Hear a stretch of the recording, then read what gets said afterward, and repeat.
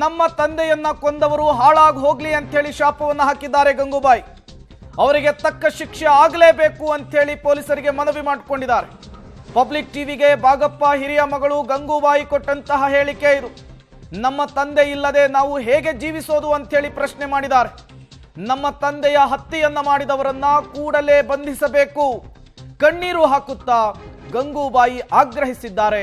Public ಟಿವಿಯ ಜೊತೆಗೆ ಮಾತನಾಡಿದ್ದಾರೆ. ವಿಜಯಪುರದ ಖಾಸಗಿ ಶವಾಗಾರದ ಎದುರು ಕುಟುಂಬಸ್ಥರ ಆಕ್ರಂದನ ಮುಗಿಲು ಮುಟ್ಟಿದೆ.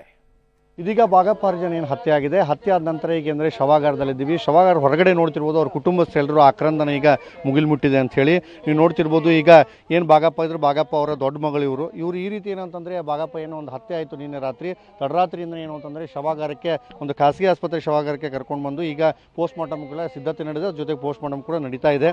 ಇದರ ಹಿನ್ನೆಲೆಯಲ್ಲಿ ಏನು ಅಂತಂದರೆ ಇದೀಗ ಅವ್ರ ಕುಟುಂಬಸ್ಥರು ಏನು ಹೇಳ್ತಾರೆ, ಎಲ್ಲರೂ ಕೂಡ ಏನಾದ್ರು ಆಕ್ರಂದನ ಏನಿದೆ ಅದು ಮುಗಿಲು ಮುಟ್ಟಿದೆ ಅಂತ ಹೇಳ್ಬೋದು. ಇನ್ನು ಯಾವ ರೀತಿ ಘಟನೆ ನಡೀತು, ಏನಾಯ್ತು ಅನ್ನೋದು ಅವ್ರನ್ನೇ ತಿಳ್ಕೋಣ ಏನಾಯ್ತು ಅಂತ ಹೇಳಿ. ಅಕ್ಕ, ಏನಾಯ್ತು ನಿಮ್ಗೆ? ಏನು ಗೊತ್ತು? ನಮ್ಮ ಅಪ್ಪನ ಬದುಕಿಸ್ರಿ, ಮಾರಿ ಮುಂದೆ ಇದ್ರೆ ಯಾರು ಬಿಡ್ತಾ ಅಲ್ರೇ, ಅಂತದೇ ಬರ್ಲಿ. ಅಂತಂದ್ರೆ ಏನು ಕುಟುಂಬಸ್ಥರ ಆಕ್ರಂದನ ಇದೆ, ಮುಗಿಲು ಮುಟ್ಟಿದೆ ಅಂತ ಹೇಳ್ಬೋದು. ಯಾರು ಇವನ್ನ ಹತ್ಯೆ ಮಾಡಿದ್ರೆ ಅವ್ರಿಗೆ ಕಠಿಣ ಶಿಕ್ಷೆ ಆಗಬೇಕು, ಅವ್ರನ್ನ ಶಿಕ್ಷೆಗೊಳಪಡಿಸಬೇಕು ಅನ್ನೋದು ಒಂದು ಕುಟುಂಬಸ್ಥರ ಆಗ್ರಹ ಆಗಿದೆ ಅಂತ ಹೇಳ್ಬೋದು. ವಿಜಯಪುರದ ಕ್ಯಾಮ್ರಾ ಪರ್ಸನ್ ಸುನೀಲ್ ಜೊತೆ ಪುರುಷೋತ್ತಮ್ ಕುಲಕರ್ಣಿ, ಪಬ್ಲಿಕ್ ಟಿವಿಗಾಗಿ. ಬಾಗಪ್ಪ ಹರಿಜನ್ ನೆತ್ತರು ಹರಿದಿರುವಂಥದ್ದು.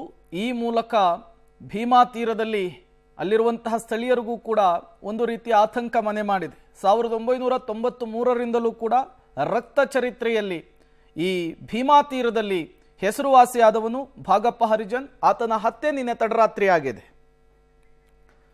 ಮತ್ತಷ್ಟು ಡೀಟೇಲ್ಸ್ ಅನ್ನು ಕೊಡ್ತಾರೆ ನಮ್ಮ ಪ್ರತಿನಿಧಿ ಪುರುಷೋತ್ತಮ್, ನೇರ ಸಂಪರ್ಕದಲ್ಲಿ ಜಾಯಿನ್ ಆಗಿದ್ದಾರೆ. ಪುರುಷೋತ್ತಮ್, ಭೀಮಾ ತೀರದಲ್ಲಿ ಮತ್ತೆ ನೆತ್ತರು ಹರಿದಿದೆ. ಮೋಸ್ಟ್ ನಟೋರಿಯಸ್ ಬಾಗಪ್ಪ ಹರಿಜನ್ನ ಹತ್ಯೆ ನಿನ್ನೆ ತಡರಾತ್ರಿ ಆಗಿದೆ. ಈಗ ಅವರ ಮಗಳು ಗಂಗೂಬಾಯಿ ಒಂದು ದೂರನ್ನು ಕೊಟ್ಟಿದ್ದಾರೆ. ಆ ದೂರಿನಲ್ಲಿ ರವಿ ಮತ್ತು ಪಿಂಟ್ಯಾ ಹೆಸರನ್ನು ಉಲ್ಲೇಖಿಸಿದ್ದಾರೆ. ಯಾರಿದು ರವಿ ಮತ್ತು ಪಿಂಟ್ಯಾ? ಇವರಿಗೂ ಮತ್ತು ಬಾಗಪ್ಪ ಹರಿಜನ್ಗೂ ಇರುವಂತಹ ವೈಷಮ್ಯ ಏನು, ಏನೆಲ್ಲ ಬೆಳವಣಿಗೆ ಸದ್ಯಕ್ಕೆ ಆಗ್ತಾ ಇದೆ ಅಂತ ಹೇಳಿ ಪುರುಷೋತ್ತಮ್. ಮೊದಲನೇದಾಗಿ ರವಿ ಮತ್ತು ಪಿಂಟೆ ಏನಿದ್ದಾರೆ ಇವರು ಕೂಡ ದೂರದ ಸಂಬಂಧಿ ಆಗಬೇಕು ಬಾಗಪ್ಪಗೆ. ಇನ್ನು ಏನು ಮಾಮ ಅಂಥೇಳಿ ಏನು ಅಂದರೆ ಬಾಗಪ್ಪನ ಹಿಂದೆ ಓಡಾಡ್ತಾ ಇದ್ರು. ಪ್ರಮುಖವಾಗಿ ಏನಂತಂದರೆ ರವಿ ಏನಿದ್ದಾನೆ, ರವಿ ಧೂಳ್ಖೇಡ್ ಅಂದರೆ ಕಳೆದ 6 ತಿಂಗಳ ಹಿಂದೆ ಅವನದು ಒಂದು ಏನು ಅಂತಂದರೆ ಬರ್ಬರವಾಗಿ ಒಂದು ಹತ್ಯೆ ಮಾಡಲಾಗಿತ್ತು ವಿಜಯಪುರ ನಗರದಲ್ಲಿನೇ.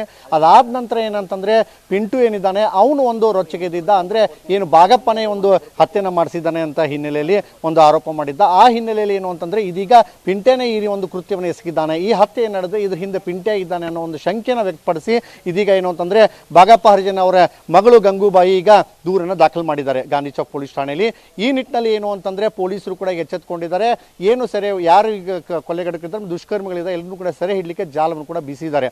ಇನ್ನು ಸದ್ಯಕ್ಕೆ ಶವಾಗಾರದ ನೋಡೋದಾದ್ರೆ ಏನು ಅಂತಂದ್ರೆ ಬಾಗಪ್ಪ ಹರಿಜನ್ಗೆ ಗುಂಡೇಟುಗಳು ಬಿದ್ದಿತ್ತು ಅನ್ನೋ ಒಂದು ಸಂದೇಹ ಇತ್ತು. ಈ ಹಿನ್ನೆಲೆಯಲ್ಲಿ ಏನು ಅಂತಂದ್ರೆ MRI ಟೆಸ್ಟ್ ಕೂಡ ಮಾಡಿಸಲಾಯಿತು. MRI ಟೆಸ್ಟ್ ನಲ್ಲಿ ಏನು ಅಂತಂದ್ರೆ 2 ಗುಂಡುಗಳು ತಗುಲಿದವನ್ನು ಕೂಡ ಪ್ರಾಥಮಿಕವಾಗಿ ಒಂದು ಮಾಹಿತಿ ಸಿಕ್ಕಿದೆ. ಇದರ ಹಿನ್ನೆಲೆಯಲ್ಲಿ ಏನು ಅಂತಂದ್ರೆ ಇದೀಗ ಮರಣೋತ್ತರ ಪರೀಕ್ಷೆ ಕೂಡ ನಡೀತಾ ಇದೆ ವಿಜಯಪುರದ ಖಾಸಗಿ ಆಸ್ಪತ್ರೆಯಲ್ಲಿ. ಮರಣೋತ್ತರ ಪರೀಕ್ಷೆ ಆದ ನಂತರ ಏನು ಸ್ವಗ್ರಾಮದಲ್ಲಿ ಬ್ಯಾಡಗಿ ಹಾಳು ಬರ್ತದೆ, ಅಲ್ಲಿ ಒಂದು ಅಂತ್ಯಕ್ರಿಯೆ ಸಂಸ್ಕಾರಕ್ಕಾಗಿ ಈಗ ಎಲ್ಲರೂ ಸರ್ವ ಸಿದ್ಧತೆಗಳನ್ನ ಮಾಡ್ಕೊಂಡಿದ್ದಾರೆ. ಈ ನಿಟ್ಟಿನಲ್ಲಿ ಏನು ಅಂತಂದ್ರೆ ಇಡೀ ವಿಜಯಪುರ ಜಿಲ್ಲೆ ಆಗ್ಬೋದು, ಕಲಬುರಗಿ ಜಿಲ್ಲೆ ಆಗ್ಬೋದು, ಜನರು ಸಂಪೂರ್ಣವಾಗಿ ಬೆಚ್ಚಿ ಬಿದ್ದಿದ್ದಾರೆ ಅಂತ ಹೇಳ್ಬೋದು. ಈ ಹತ್ಯೆ ನಂತರ ಮತ್ತೆ ಯಾವ ರೀತಿ ಹತ್ಯೆ ಆಗ್ಬೋದು, ಈ ಹತ್ಯೆಗಳಿಂದನೇ ಒಂದು ತಲೆ ಕೆಡಿಸಿಕೊಂಡಿದೆ ಮತ್ತು ನಿದ್ದೆಗೆಟ್ಟಿದೆ ಅಂತ ಹೇಳ್ಬೋದು. ಈ ಹಿನ್ನೆಲೆಯಲ್ಲಿ 2 ಅವಳಿ ಜಿಲ್ಲೆಗಳೇನಿದ್ದಾವೆ, ಅವಳಿ ಜಿಲ್ಲೆಗಳ ಜನರು ಇದೀಗ ನಿದ್ದೆಗೆಟ್ಟಿದೆ ಅಂತ ಹೇಳ್ಬೋದು. Prem, okay, thank you Purushottam ತಮ್ಮೆಲ್ಲ ಮಾಹಿತಿಗಾಗಿ.